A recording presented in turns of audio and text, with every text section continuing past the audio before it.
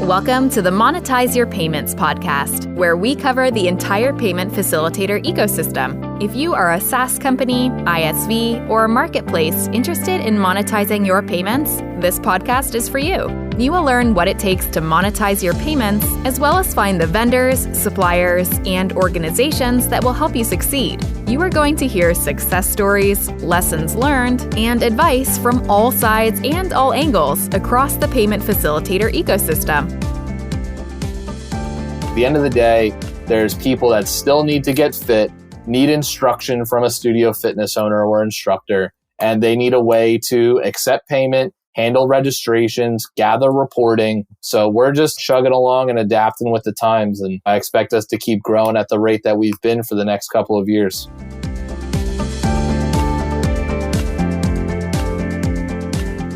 That was Nick Dennis, the CEO of fitDEGREE. I'm your host, Greg Myers. Nick was born and raised in New Jersey and considers himself an accidental entrepreneur. He went to college to get a degree in math and become an actuary, but today runs a software company. Nick sets the culture and strategy at the company and also helps set the direction of product development at fitDEGREE.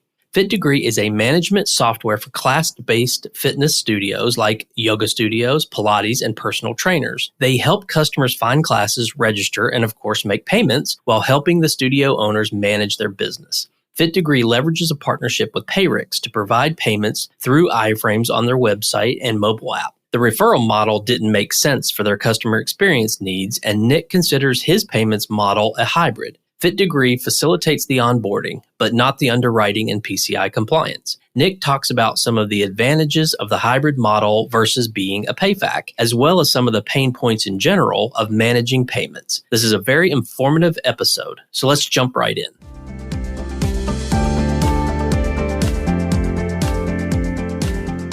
Hi, Nick. Thanks for being here and welcome to the Monetize Your Payments podcast. Thanks for having me on, Greg. Why don't you tell our audience a little bit about yourself, maybe where you grew up, where you went to school, where you currently live, a few things like that. Sure. Sounds great. My name's Nick. As you mentioned, I never planned on being an entrepreneur. I think my LinkedIn bio actually says accidental entrepreneur. I've lived out in New Jersey my whole life. I was born in North Jersey. I went to school at Rowan University in South Jersey to be a mathematics major. The plan was to be an actuary because my mom and many others that were advising me said that is the most secure job you could possibly have. And that didn't really entertain me. I went to school for math. I ended up graduating with a BS, but I always wanted to be in the fitness world. I just didn't realize that would be through software. So I ended up coming up with an idea my senior year to help people find a fitness partner on campus. That isn't the idea that we have today, not the business we have today. And so that was to kind of launch me into this world, was coming up with an app idea and saying goodbye to the actuary career path. Okay. And today you're the CEO of fitDEGREE. So talk about what your roles and responsibilities are there. Sure. It's in my email signature. It's on the website. I joke around and say team dad. I think that's partially because I don't have any corporate background. So I feel like I'm just doing things as I see fit. I'm not necessarily following protocol. And the reason I say team dad is I think one of the most important things I found at a startup company is setting the culture, aligning the pieces, aligning the responsibilities, and then recruiting people that fit that culture and fit the needs that you have to grow the business. I think that's priority number one. We've gone from me and my co-founder in year one to then 4 team members to 7 team members to now 10 team members. We're looking to hire 3 more in early 2021. So I really think, recruiting is top priority.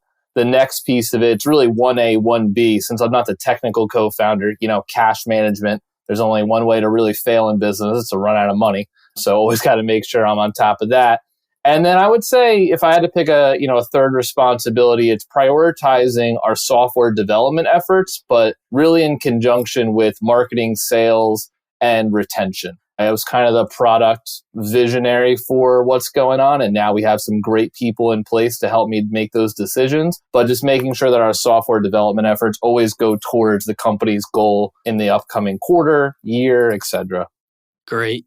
So you talked a little bit about fitness being, one of your passions. And so the name of the company, fitDEGREE. So tell the audience exactly what you guys do from a software perspective. Right. So we took 2 pivots to get here. The industry kind of found us. We are we're a management software for fitness studios, and specifically class-based fitness studios. Not necessarily your health clubs like an LA Fitness or Retro Fitness or anything like that, but more like your yoga studio, Pilates studios, small group training studios, personal training, things like that. We basically help the consumers of the fitness business sign up for class, pay for class, get studio announcements, and then we help the studio owners collect all that data, collect the payments, which is what we're here to talk about, and use it as a CRM to keep in contact with their clients.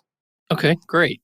Well, you kind of gave us a good segue into what we're going to be talking about, which is mostly focused on the payments part of your business. So let's sort of start at the beginning so the audience knows and has the right perspective. How do you help your customers with payments? Sure. So part of the business that they have is it's a membership-based business, usually if they're doing it right, or it's, a per session fee. So something like, I want to go to one class to try it out, I might pay $25. I want to sign up for a membership to go to 12 classes a month. Maybe I pay $150 on auto pay. And this was kind of new to us. We started off going from helping people find a fitness partner. So it was very social media-esque. There was no such thing as payments involved. Then we went on to help college rec centers with their class registration. And, once again, the college students, these classes weren't paid for, so payments never came in. We just handled registering and attendance checking and helping streamline their reporting. And then when we moved into this class-based fitness business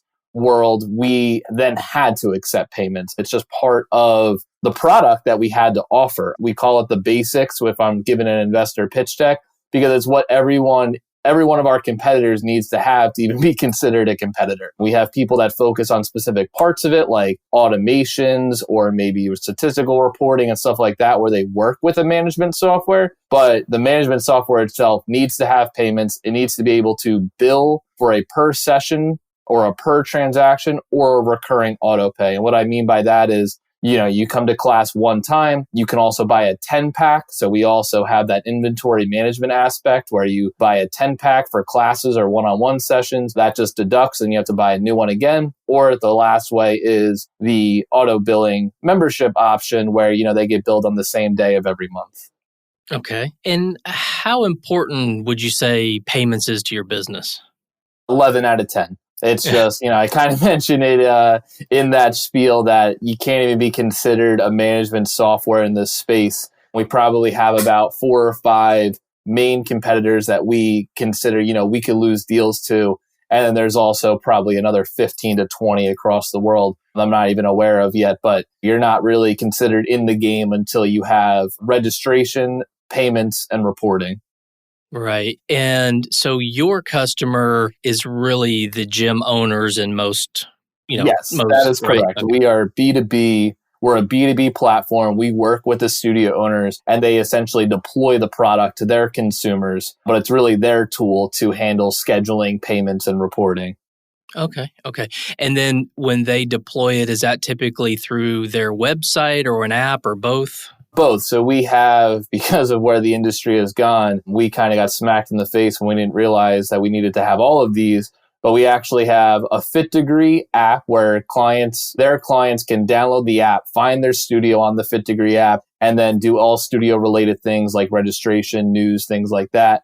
We also have a website widget, so they can just put the widget, an iframe, on their website, and that interacts the same way the mobile app does. And then also for another revenue stream, we also create a branded app, which is the same thing as the fitDEGREE app, except you actually download Greg's personal training studio, and that's the only fitness business you see. So we have to have payments on a mobile app, and we also need to have them in a website widget, as well as an admin website for the studio owner, basically the front desk person to collect payments if the clients walk in and haven't paid or registered for class yet. Right. Okay. That makes sense. I mean, it seems like, to your point, the payments part is just as important as the rest of the business. The registration piece, they go hand in hand. Absolutely. Okay. So let's talk a little more specifically about how you integrated it into your solution and sort of what that process looked like. How did you make that decision, or why did you make a decision? I mean, I think obviously it's market driven and you had no choice, but what was the sort of experience that you went through to make that decision and to actually execute on that? Sure. So we already had the base of a product where we had registration and the inventory management idea rolling. But when we went from colleges to studio fitness businesses, we said, how does this thing run? And they said, people buy memberships and pay for class, or they also do these per session fees. So it was almost, from the studio owner's perspective, like I said, registration and payments was the same thing. It was all part of the same process. So knowing that we had to include it in, we had to find a provider that worked the way we wanted to, right? Because I could go to Stripe or I could go to Square. I can make an individual merchant account, but we needed this relationship that we didn't understand in the beginning of a master merchant to sub merchants so that we could have people underneath of us to monitor. And then we had to make it as seamless as possible. I remember one of our investors, when we said we were going to enter the space, said, oh, we could just do a PayPal integration, right? That'll take 2 days to build. And we said, we can't do a PayPal integration. We'll never get any reporting out of that. If we wanted a quick fix, but if we want to compete with the mind bodies of the world, the billion-dollar companies of the world, we need to integrate payments seamlessly. So that's when we found a company called Splash Payments that has now been bought out and rebranded to Payrix that had this master merchant platform where we could create sub-merchants on it. We could monitor all the activity, and we can actually place iframes all throughout our software. So anytime a consumer is on the mobile app or the studio owner is in the admin, they never leave the fitDEGREE platform to enter payment information, process payments, get reporting on revenue, because at least from the entering the card information, the payment information, it's all iframe. So when you type in your credit card number, and this probably happens on almost every site now, when you're entering your credit card information on your favorite apparel shop, you're not really entering it into Under Armour or Nike.com. You're entering it into the payments company. They're verifying it, sending it back to the apparel company you're on saying, hey, success, this card worked, and then you move on to the next screen. And that's how it works in our mobile app or admin, any platform that accepts payments. Sure. So obviously in your scenario, you had to have payments, and it was really a decision on how far to integrate it into your solution. So, we talk about on this show whether you become a full PayFac taking on all the risk and then therefore the rewards. Yeah. So maybe talk about, did you think about that as opposed to more of a partnership kind of thing? Yeah, it's a great question. I still don't know if I quite understand the difference between PayFac and ISOs. But back then, we certainly didn't know. We just understood the relationship that the partner was trying to sell us on. So one thing we steered away from was being a pure ISO, or working with a pure ISO where they said, you get a new client, you send them over to us, we set up payments for them, you never have to worry about it. And we just saw that as a red flag because our clients are in the fitness space. They like people. They don't like to be passed around. The more hand-holding you do, the more successful you are to get them from a demo to a pilot trial to a paying client. So we said, no, we need to have this on our end. And then also another big red flag was we had no access to the back end of payments. You're a startup company. You're building a software that manages a fitness studio, you were going to have display errors. So one of the silliest things that we needed to have was, I need to make sure that this payment actually went through and my software just has a display error so that my client doesn't freak out. And that just wasn't something we wanted to do, or we worked with an ISO and they said, hey, we handle the application, the underwriting, the rates, and we just send you a check at the end of the month of what your payout was. We weren't really comfortable with that. So with Payrix, it doesn't seem like we're a pure PayFac because we don't handle the underwriting, but we are this little bit of a hybrid between PayFac and ISO because we get access to the back end. We do facilitate the onboarding. However, Payrix does the underwriting for us as well as the PCI compliance. So we just have to worry about our iframe being in the software. So I think there's a lot of pros and cons to each. Anytime you can find this hybrid with either Payrix platform or like a Stripe Connect, you're really in the driver's seat. Right. And you mentioned that you had investors, and obviously you had to spend some money to integrate payments. What were sort of the reasons? A lot of people talk about, hey, we need to own the customer experience. We feel like that we will have increased revenue if we go this route, maybe more revenue if we're a pure PayFac versus smaller amount of revenue if we are just, use a referral partner like an ISO. So how did all those things sort of play into your decision making? Yeah, I think that we do have investors, but we've been trying to operate as close to bootstrap as possible. And I think when you enter the conversation of PayFac, Stripe has a great article on it. The costs and the process associated with it. I mean, you would need someone with 10 to 25 years of experience in the industry to efficiently become a PayFac. It's just not an option for most software startup companies, because you could hack together a marketplace in 1 to 3 months, but to become a PayFac could take 6 months to 2 years, depending on how fast you do it. And then you got to worry about becoming PCI compliant. And now all of a sudden you become a payments company. At least from my perspective, that's how it felt.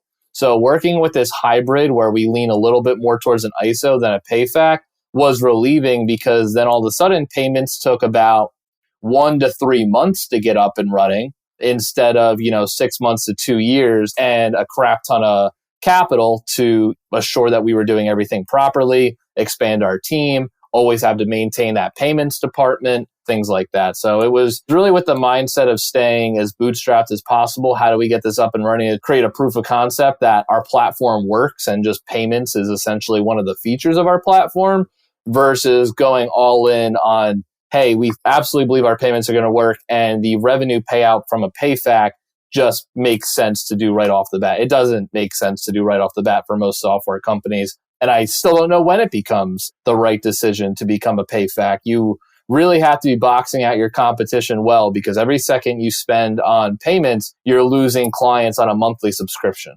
Right, right. So in your journey, how big of an issue were things like the legal requirements? And you talked a little bit about risk already, but you have payment risk and reputation risk, and then obviously things like PCI and all the other fraud and security issues. So that's 3 separate things, but how important was it to look at those and to think about those? And did your partner kind of help you think through what makes sense to take on versus outsource?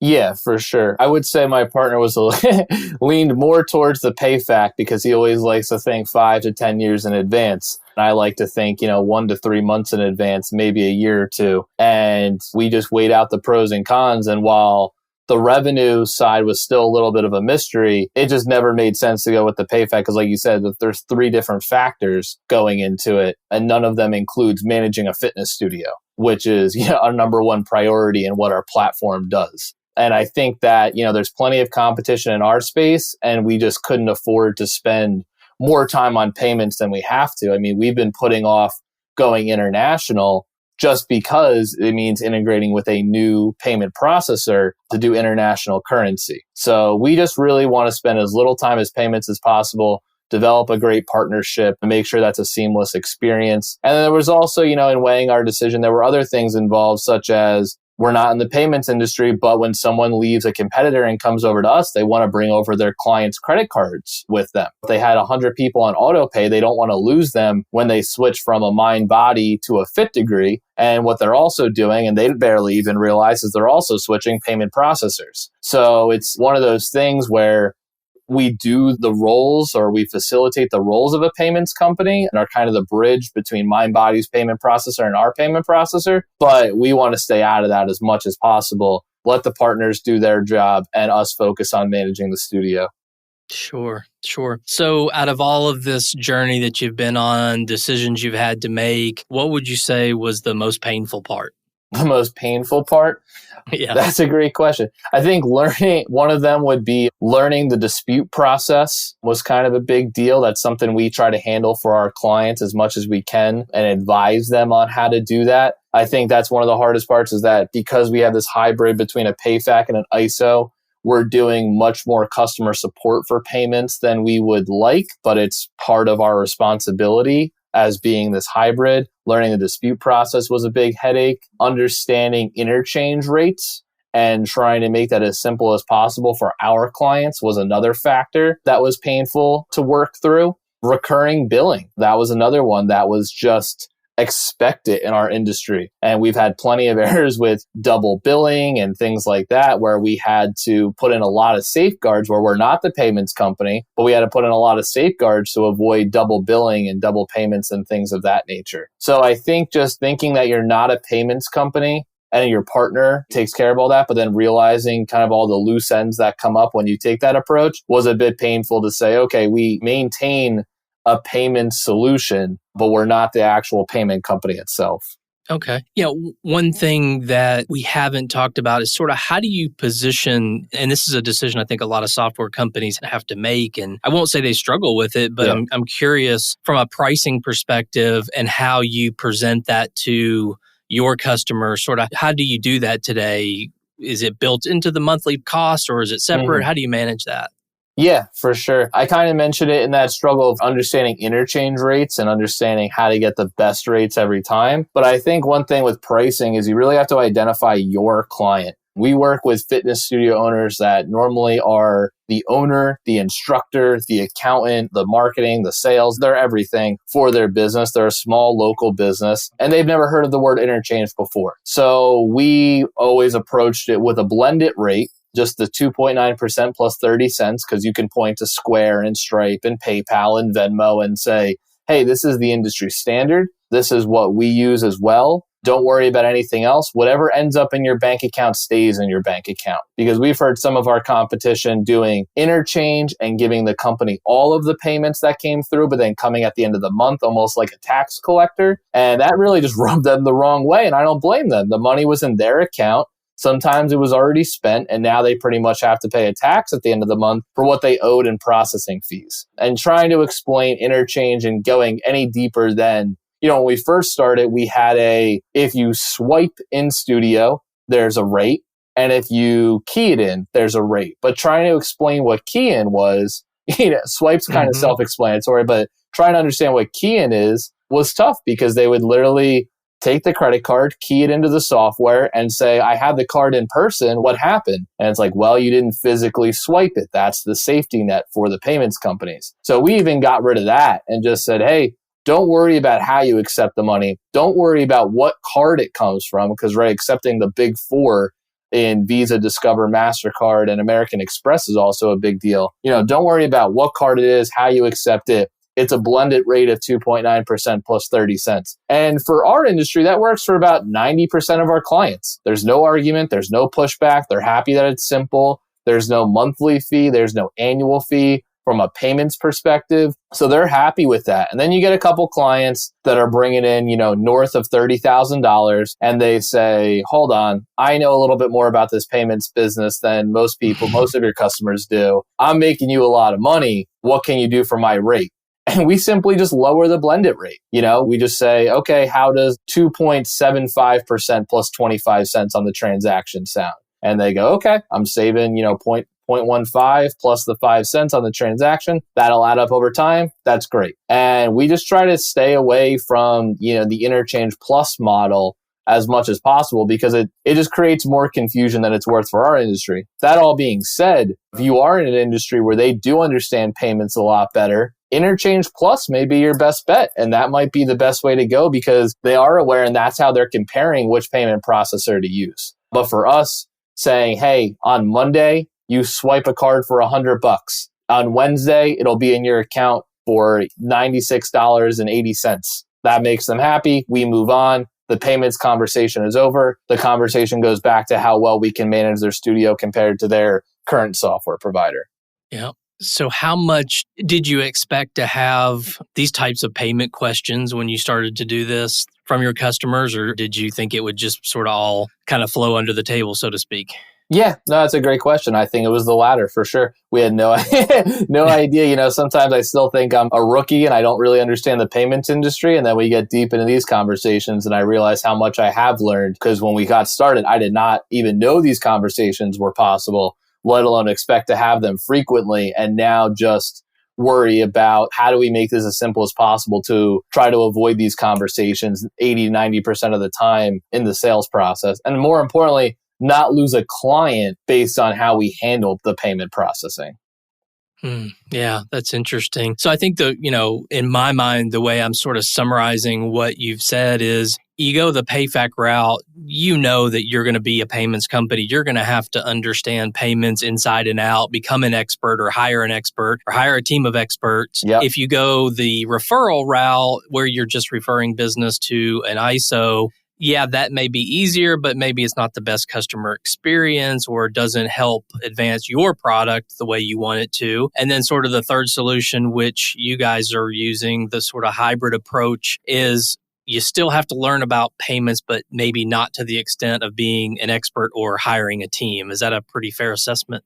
I think that's a great assessment. And I think finding that hybrid is just going to take a lot of conversations, because I think there's different language for every company you use. There's different processes for every company out there. And you just kind of have to understand, what are your do's and do nots when you partner with someone and make that decision. Yeah, so maybe just a final question. When you made the decision to go with a Payrix, how did you manage that process? Did you do an official RFP, or was it just outreach to several and you just talked to them and sort of made a decision from there?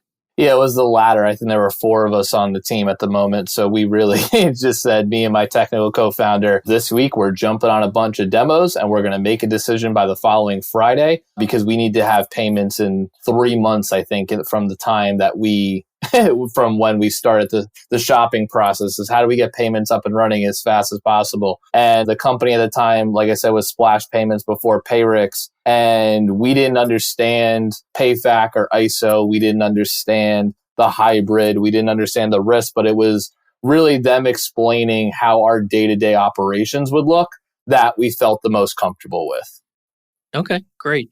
Well, we've covered a lot of ground so far. Any final thoughts or anything else you'd like to share, either about the journey of integrating payments or anything related to fitDEGREE that you want to share? Sure. Yeah. The journey to integrating payments, I wouldn't say avoid if you can, but I would say be prepared for it to dominate a lot of your business, especially from a support perspective as you go on. We've gone from 25 clients where payments was kind of a thing, but way in the background, to about 150 clients in the past year. And now I feel like I'm talking about payments for something regarding to credit card imports or payment processing or double billing or something, probably about 2 hours a week. So if you do go the payments route, just expect it to be part of your business, a hefty part of your business that's not going to go away. And if you don't go the payments route, you are going to miss out on some, I wouldn't say low-hanging fruit revenue, because there's a lot of work to go into it. But some industries are just going to expect payments to be a thing and other industries are not. So just know what you're getting yourself into and accept that it's going to be there. And yeah, from there, it's just another part of your business to manage. Sure.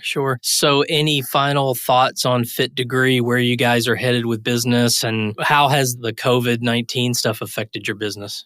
From a fitDEGREE perspective, we were talking about the other day, it's pretty interesting to see how COVID has impacted our space. A lot of this is you go into a room with 25 people, you're less than fingertips away from the other person and you're sweating your butt off and huffing and puffing. And now it's changed to 6 people where it used to be 25. And now everyone's 6 feet apart and wearing masks if they're even allowed indoors. A lot of our businesses have gone outdoors. A lot of them have been virtual and will stay virtual based on their client demographic. And it's a little sad to hear, but it's kind of positive for us, is that there were over 150,000 fitness businesses prior to COVID. So let's just say, Greg, that it wipes out the industry. A third of the businesses go out of business. I just mentioned that we went from 25 to 150 clients. If there's only 100,000 out there, we're still in good shape. So from a fitDEGREE perspective, I don't think COVID dramatically impacted our ability to acquire clients, other than having to reroute some of our feature development to help them adjust to the virtual studio and then go back to a hybrid studio. And then hopefully eventually, maybe in 2021 or 2022, get back to a traditional brick and mortar studio. But other than adjusting feature development, it hasn't dramatically affected our ability to acquire and retain clients, because at the end of the day, there's people that still need to get fit, need instruction from a studio fitness owner or instructor, and they need a way to accept payment, handle registrations, gather reporting. So we're just chugging along and adapting with the times. And I expect us to keep growing at the rate that we've been for the next couple of years. Great. So what would be the best way for someone to learn more about fitDEGREE? Head over to their website. We just got it redesigned. It's just simply fitdegree.com. And if you have any specific questions about payments, I would be glad to field those at nick@fitdegree.com. You could find me on LinkedIn. It should be pretty easy at Nick Dennis, Team Data fitDEGREE. And I look forward to helping anyone I can that's interested in getting into the payment space. Great. Well, Nick, thank you so much for being on the show. I really appreciate your time and everything you shared today. Thanks for having me, Greg. It was a blast. Yeah. Take care. We'll talk soon. Sounds great. Bye. Thank you for joining us this week on the Monetize Your Payments podcast. Make sure you visit our website at monetizeyourpayments.com, where you can subscribe to the show and where you will find our show notes. If you would like to be on the show or have a suggestion for a guest, please email greg@monetizeyourpayments.com.